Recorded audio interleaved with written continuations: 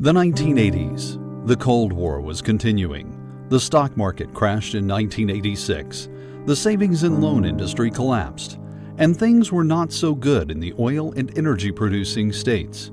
The rapid decline of the energy sector had a profound impact on Tyler and East Texas.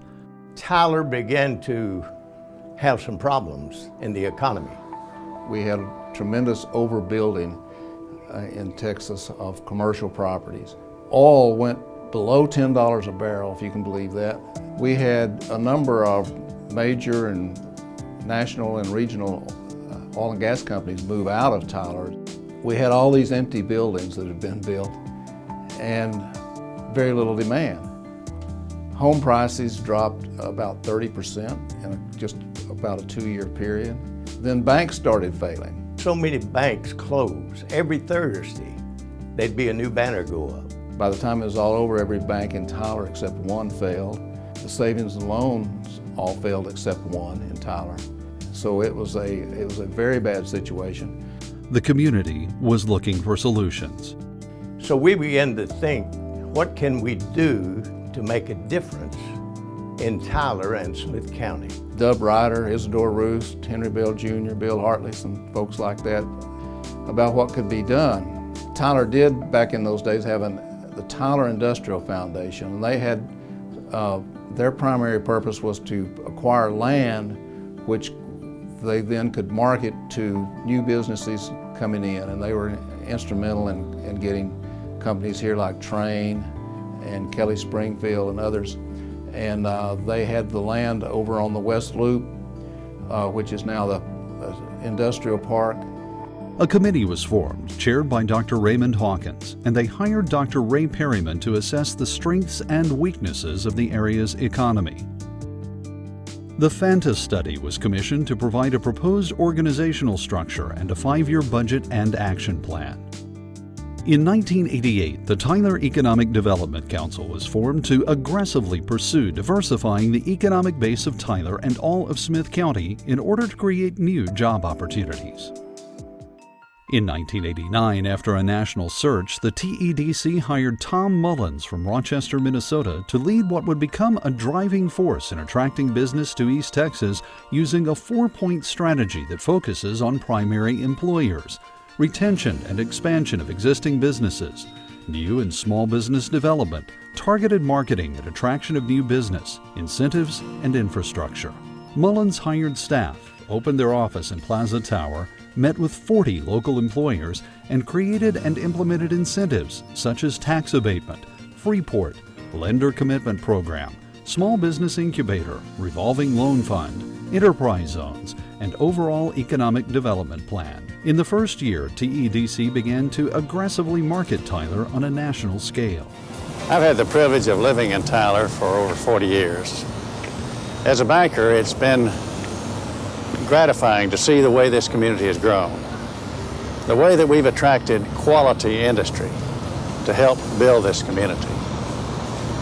There's a quality of life here that's rarely found in other communities, and I think you'll find that when you look at Tyler. But more and more across the country, you're seeing companies moving away from the crowded, polluted urban centers to communities that are between 50 and 100,000 that offer a variety of services and maybe same-day travel to a large urban area, but an escape to the smaller community with the lower crime rate, the quality schools, and the general quality of life that more and more families are seeking.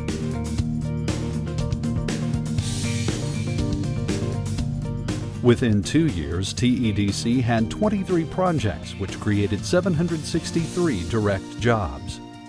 In 1992, the TEDC and the Chamber of Commerce formed a partnership, and Tom Mullins became CEO of both groups. That year, TEDC supported the expansion of UT Tyler to become a 4-year institution.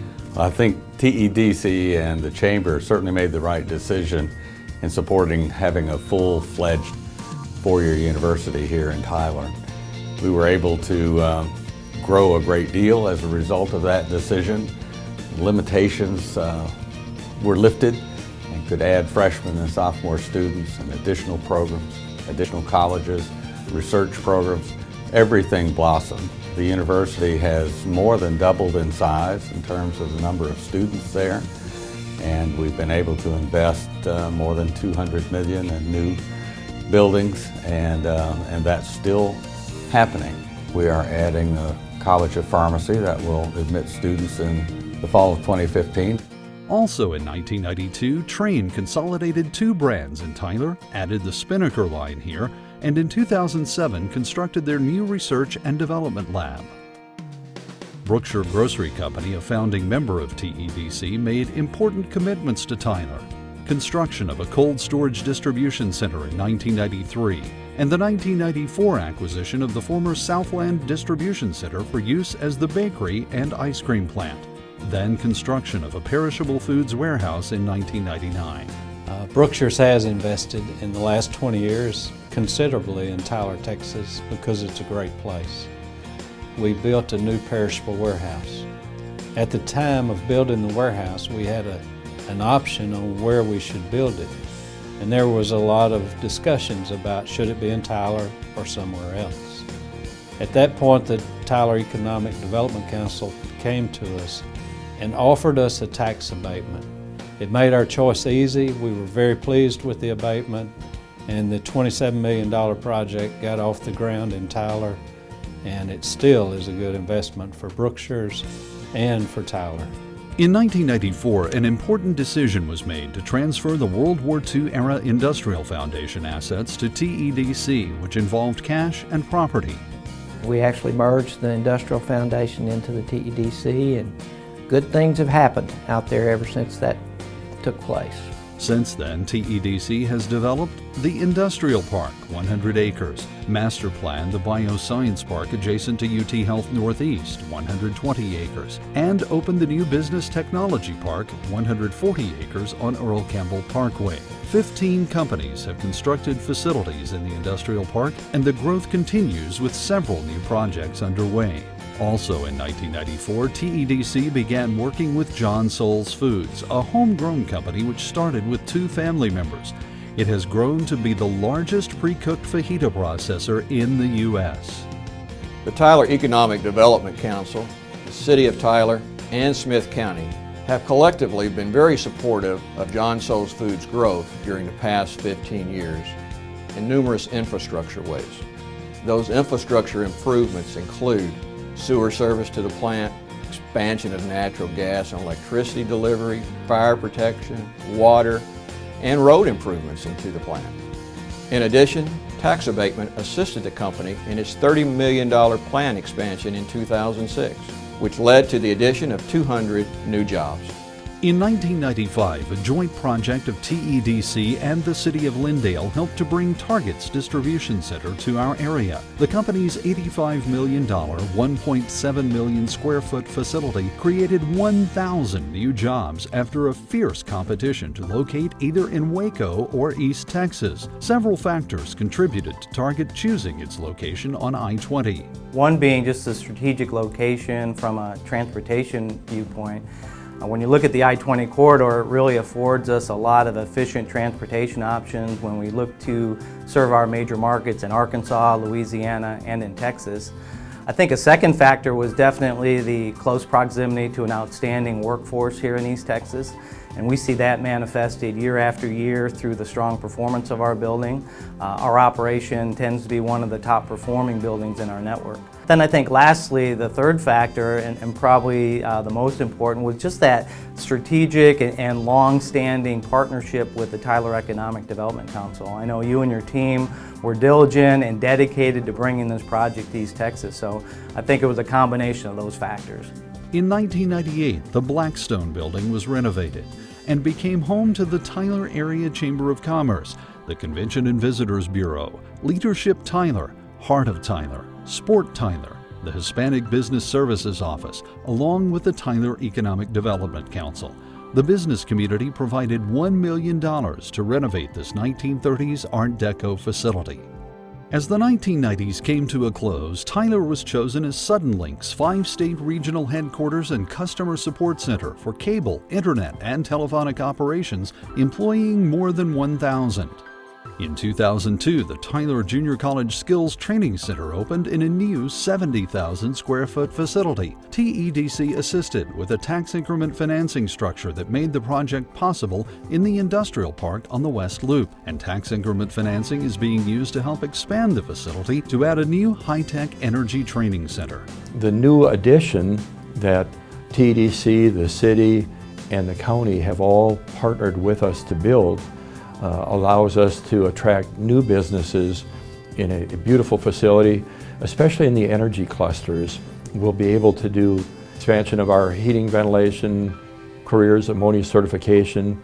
We're going to be able to do alternative energy, some of the process technology for the refineries, and then room for Luminant Academy. So what we have established we can build on, and it's going to be an amazing new facility. A lot of work where all by ourselves we couldn't do it, we wouldn't be successful, but coming together we were able to do some great things. With TEDC's assistance, many important projects have evolved during the last 10 years, including Distant Lands constructed a 68,000 square foot production facility on Highway 64 West. This is another homegrown company that has become the largest vertically integrated coffee company in the United States. TEDC assisted with a grant application for sewer connection and revolving loan financing. Distant Lands is currently adding 200 new jobs with the acquisition of Taza Pronto in addition to the 100 at Distant Lands. Another homegrown company, Seal Tight Building Fasteners, expanded in 2008 and has become the second largest manufacturer of steel building fasteners in the U.S. In 2012, Centene chose Tyler for a new core claims processing facility, creating 327 jobs. The company purchased 25 acres of land in the new technology park after a national search. Other companies located or expanded in Tyler including Hood Packaging, Vesuvius, Reef Services, Scott's Miracle-Gro, and locally owned companies such as Motor Trike, Mentoring Minds, Faulkner, Heb Industries, VME Process. Throughout its 25-year history, TEDC has partnered with the City of Tyler, Smith County, and others, which has led to recognition by state, regional, and national organizations. It's all about technology, about the innovation and changes in the economy.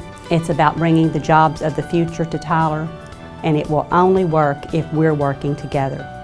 During the last 25 years, TEDC has worked on 157 projects that have created close to 8,700 primary jobs, retained more than 11,550 jobs, and invested over $747 million in Tyler, Smith County. This success in bringing new jobs and investment to our area is due to the support received from investors, board of directors, and public and private sector partners. Our dreams have come true. I think the organization is one of the best organizations in Tyler, in Smith County, and the good that has been done is literally on every street corner. When you look at the history for the last 25 years, that vision, that dream of what Tyler Economic Development Council was to mean to our community and what we expected to happen has happened.